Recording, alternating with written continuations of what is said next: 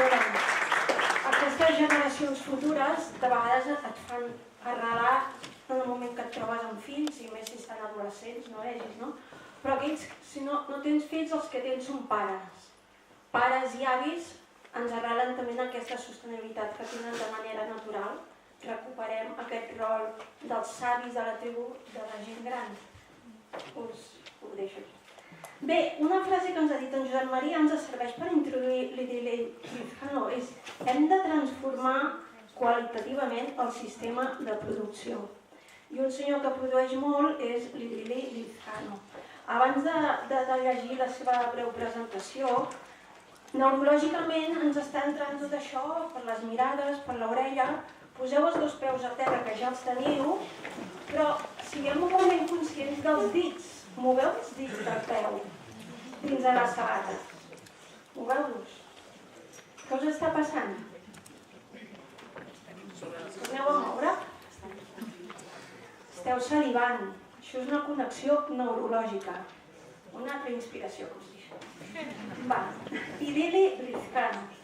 Ell és empresari. Fa més de 30 anys va crear Alquímia, una empresa de cosmètica natural d'alta qualitat que ven els seus productes a 20 països del món. Els escriptors heu portat llibres, has portat mostres de la teva cosmètica? Hauria posat. Intenta aplicar els principis de l'economia humanitzada o economia de la felicitat en el si de l'organització. Pensa que l'empresa pot ser un lloc de creació i un lloc de transformació personal. En la gestió d'una empresa el capital és important, però el personal, els éssers humans que la componen encara ho són més. És vicepresident del Cercle de Negocis Ètics, creador del Fòrum Alquímia de la Felicitat per a empresaris i professionals, i etcètera. Per l'idili tenim, per exemple, el que ens importa és la dignitat essencial de l'ésser humà. De Raymond Paniquet. El que ens importa és la dignitat essencial de l'ésser humà. L'idili treballa amb essències, oi?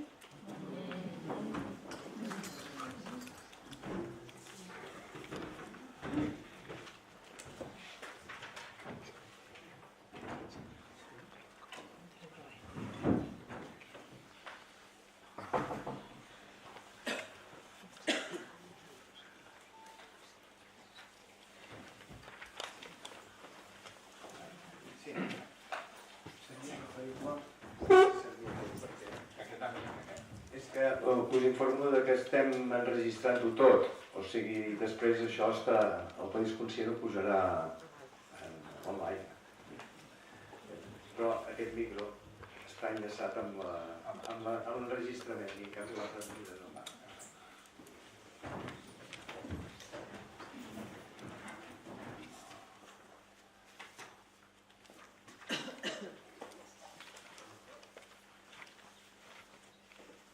Jo he vingut a compartir una experiència i no és fàcil lligar dos conceptes, un és l'economia i l'altre és l'espiritualitat, perquè sembla que siguin dos mons completament antagonèmics. De fet, jo durant molts anys m'he amagat, és a dir, havia d'amagar aquesta component espiritual, aquesta recerca espiritual molt forta com a empresari. I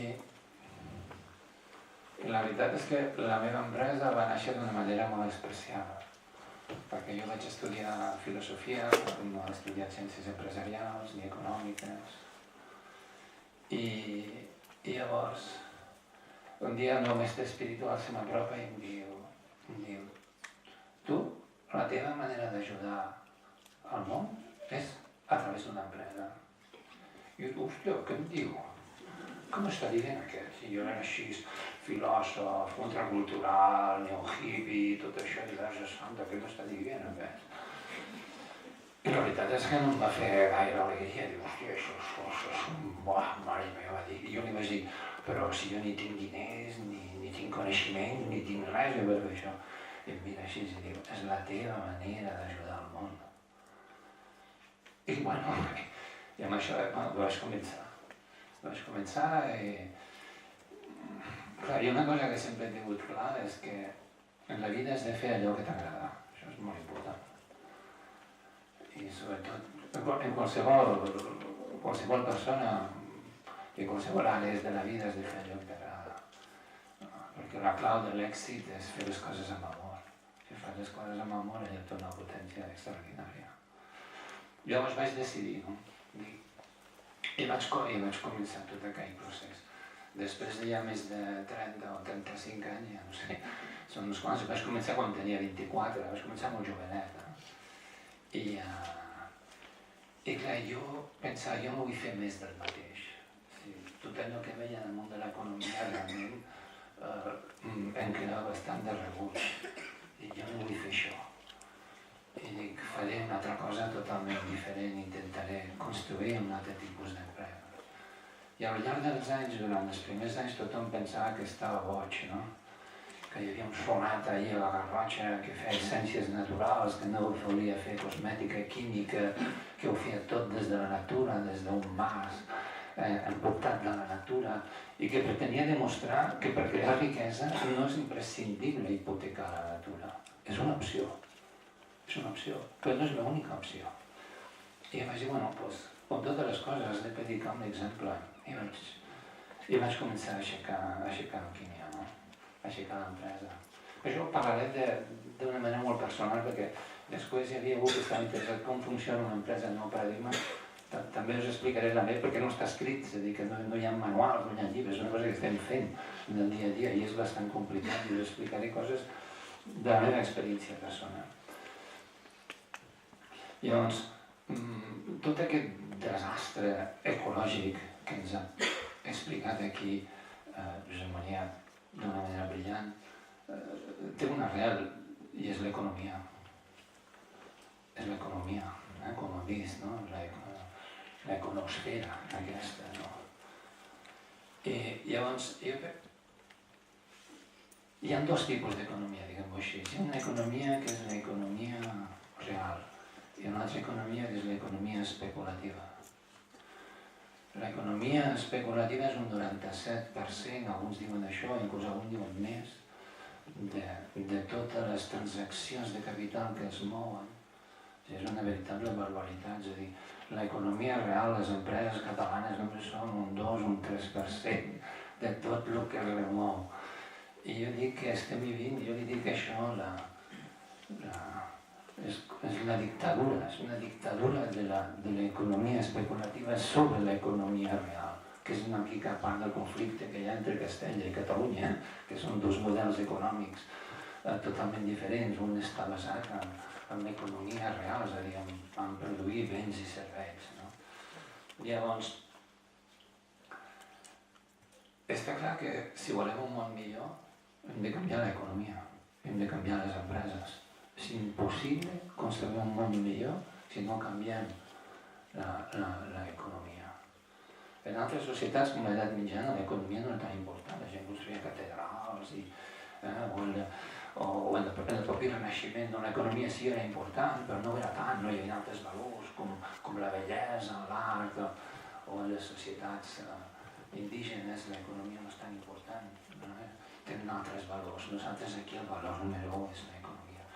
Per tant, no podem pensar un món millor si no revolucionem el món de l'economia, si no canviem les empreses, si no fem un sistema productiu que tingui sentit.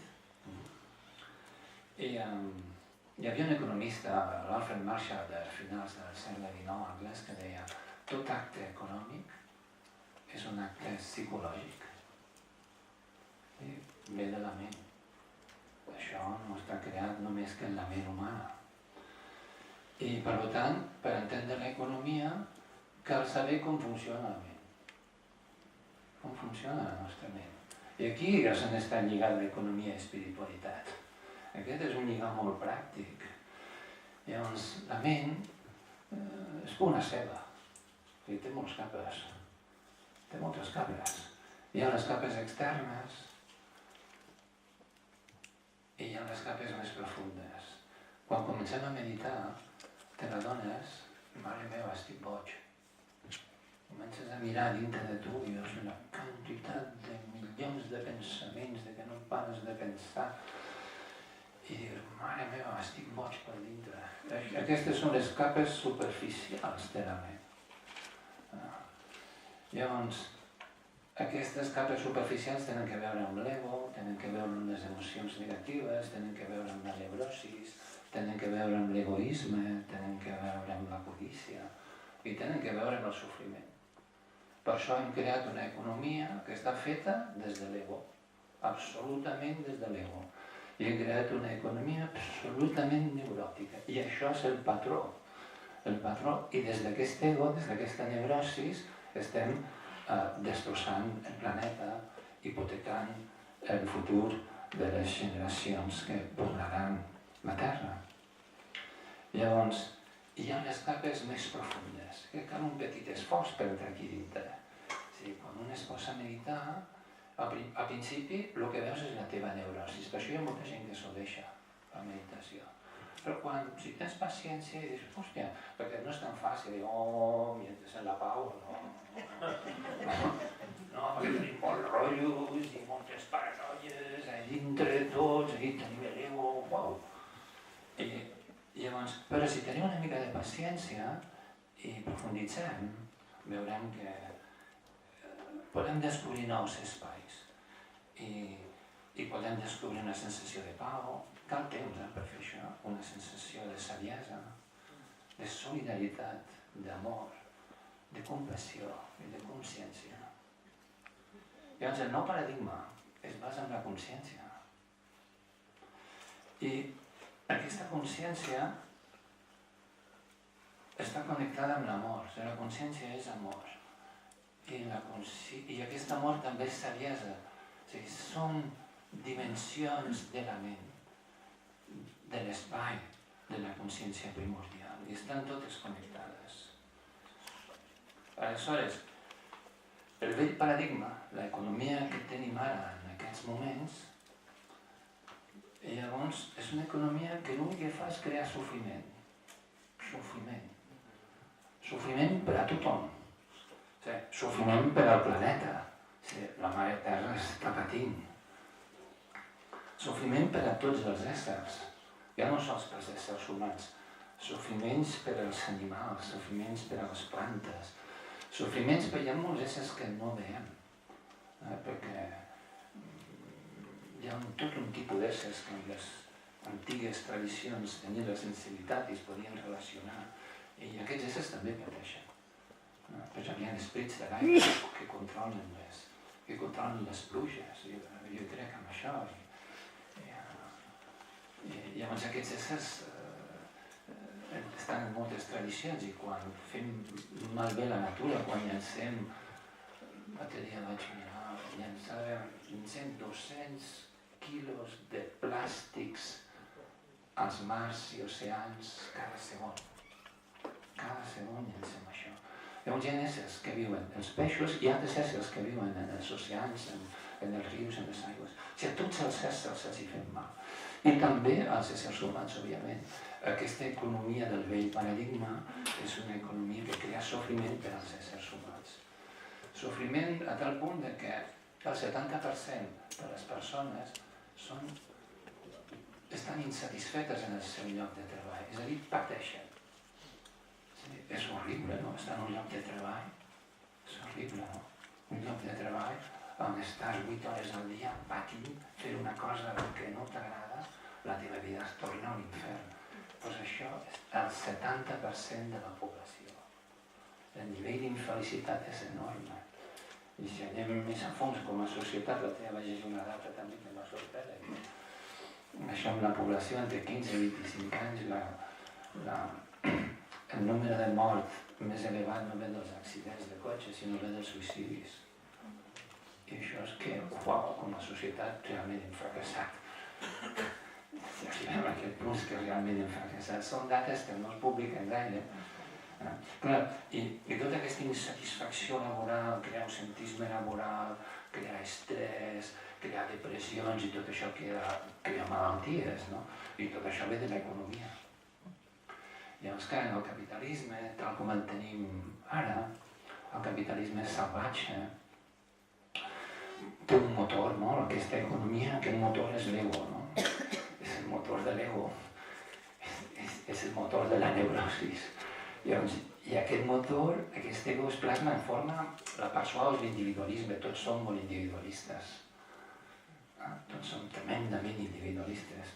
Ens han castrat tot allò que és comunitari, perquè no encaixa amb el capitalisme hem de ser, perquè quan un individu està sol, està molt més desempoderat que quan està en una comunitat. Llavors, el motor és l'individualisme. L'únic que prima és la compte de resultats, és quan aquest ego pot guanyar i no hi ha cap ètica, l'únic que importa és tenir el màxim de beneficis. I especialment pels accionistes, que són gent que no fan res. Són gent que no fan res. No treballen, no fan res. És increïble, no? Jo mai he volgut accionistes. I per què vull accionistes? Ja creixeré jo sol. Ja aniré a poc a poc. Sempre ho he fet així, perquè vull un tio aquí que posa diners i el capital és important, però no és el més important. Llavors, i això degenera en la codícia i degenera en l'avarícia. I així tenim un món en què primen aquestes actituds mentals. Aquesta crisi que hem viscut des de l'any 2008 és una crisi de codícia. Senzillament és una crisi de codícia, no és una crisi econòmica, és una crisi de codícia, que hi ha gent excessivament codiciosos. I quan estàs connectat amb aquesta part de la ment és impossible que siguis feliç. Impossible.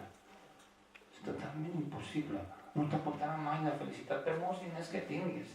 No t'aportarà mai la felicitat. Llavors el vell paradigma crea empreses tòxiques, realment tòxiques.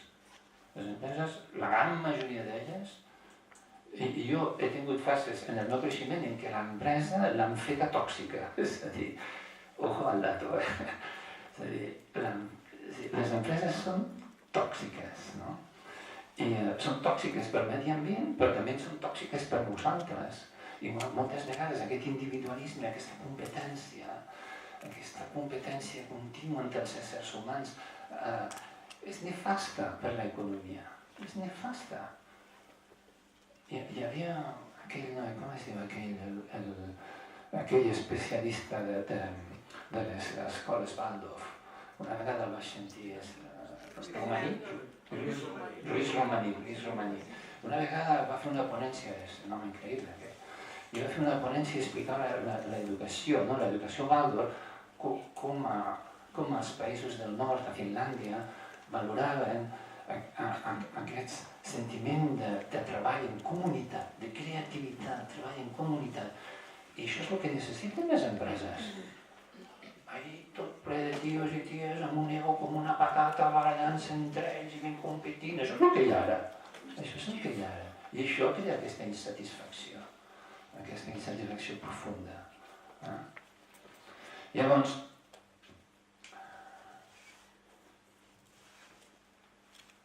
el Buda va ensenyar una cosa que és molt interessant, que és un mètode d'anàlisi de la realitat. I va dir, a veure, qualsevol cosa, analitza-la. Això crea felicitat o sofriment? Si mirem aquesta economia, l'únic que fa és crear sofriment. És la primera noble veritat. La segona noble veritat. Aquest sofriment té una causa, va que té una causa, és la ment humana, és aquest ego. Són aquestes emocions, aquesta neurosis contínua des de la qual operem dintre del món de l'economia. I la tercera noble veritat és, es pot sortir? Hi ha una sortida? Hi ha una esperança? Es pot sortir d'aquest problema? I la quarta és, com sortim?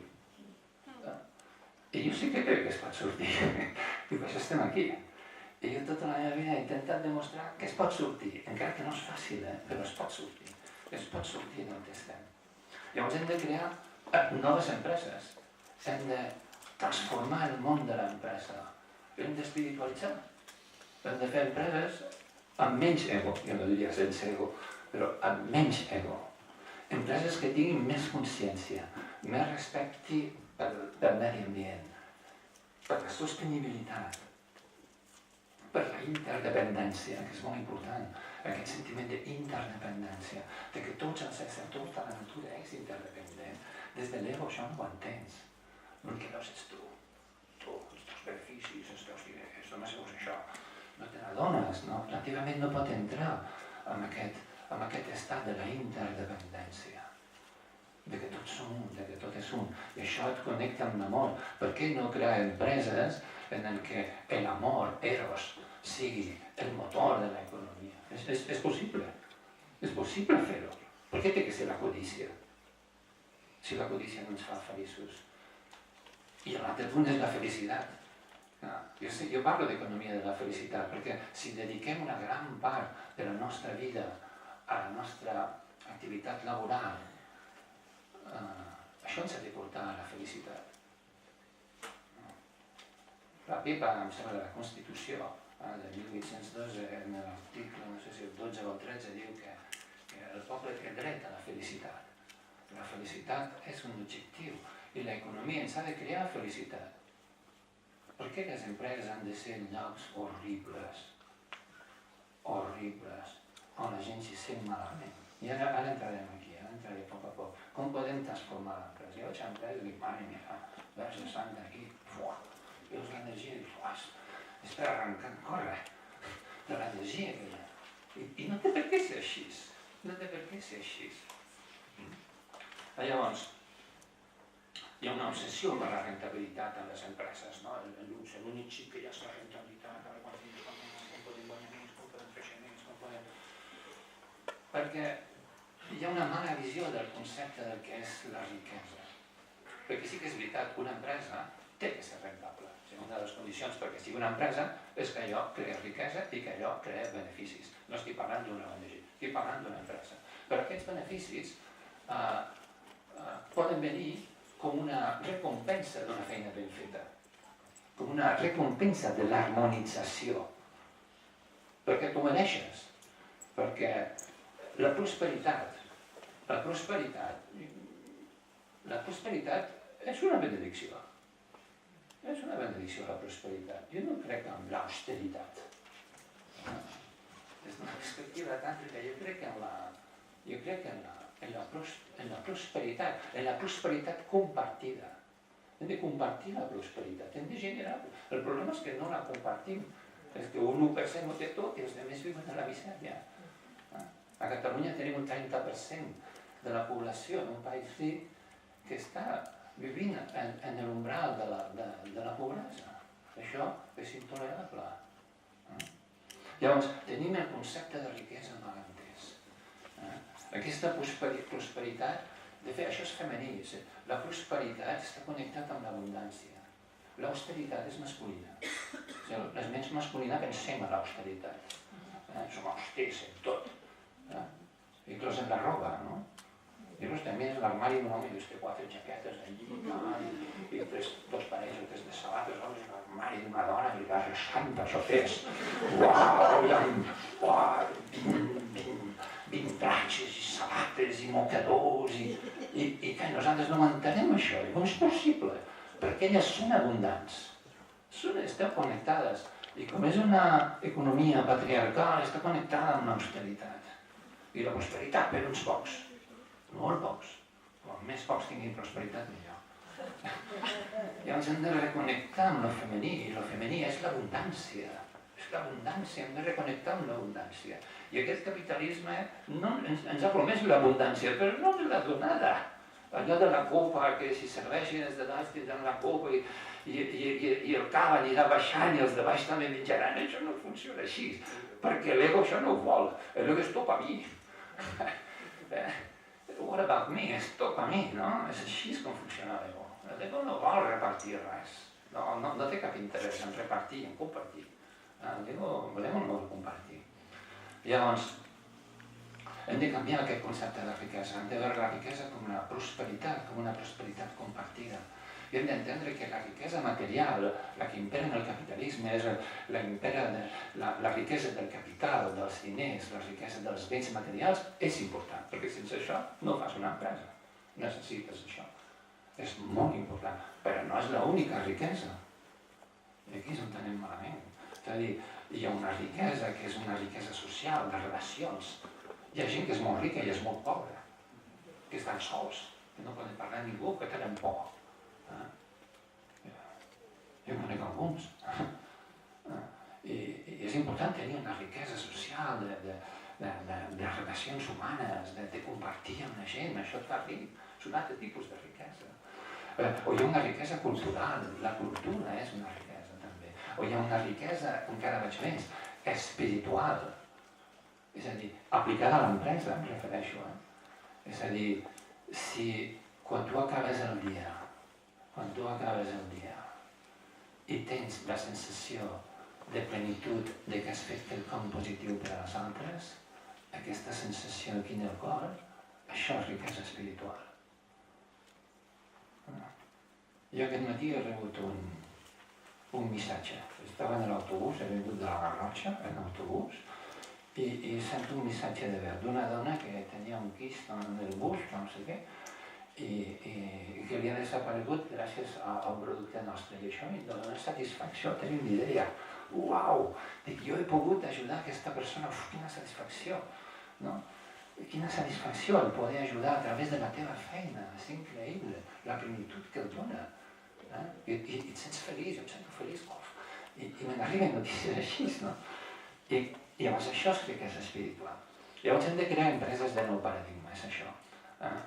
I per crear això, ara anirem, hi havia una que està interessant, com es crea? Ja, vale, però jo et diré la meva experiència.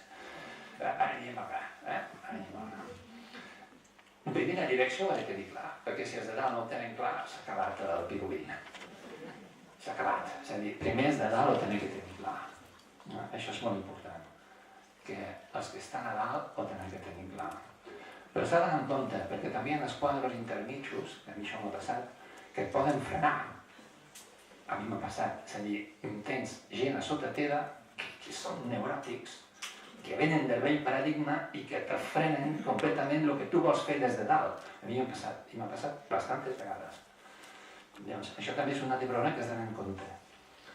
I llavors, i els que estan a baix, és a dir, el nou paradigma consisteix en que té que haver un flux de poder i de comunicació i d'informació que va de dalt cap a baix, però també té que ser de baix cap amunt.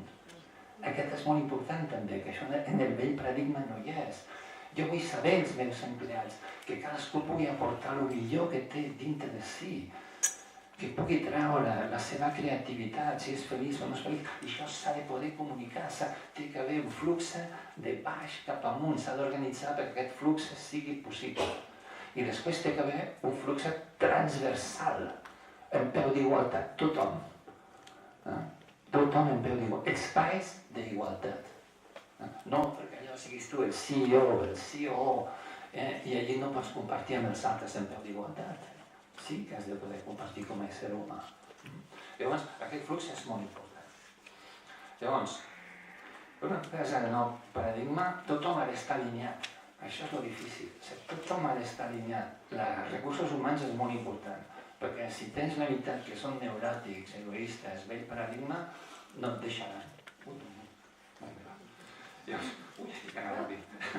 Llavors, com funciona una empresa de nou paradigma? Doncs és així, com estic dient. Llavors, una de les coses que és molt important és que l'ésser humà és el centre de l'empresa, i no el capital. Perquè tu pots tenir capital però no tens empresa. Necessites un equip humà. L'equip humà és essencial. Perquè tenir capital no és fàcil, però encara és més difícil tenir un bon equip humà. Llavors, l'equip humà és molt important. Després té que haver una formació continuada de l'equip humà, a nivell professional, dintre de l'empresa. A nivell emocional, que això és molt important, perquè les emocions et poden destrossar l'empresa.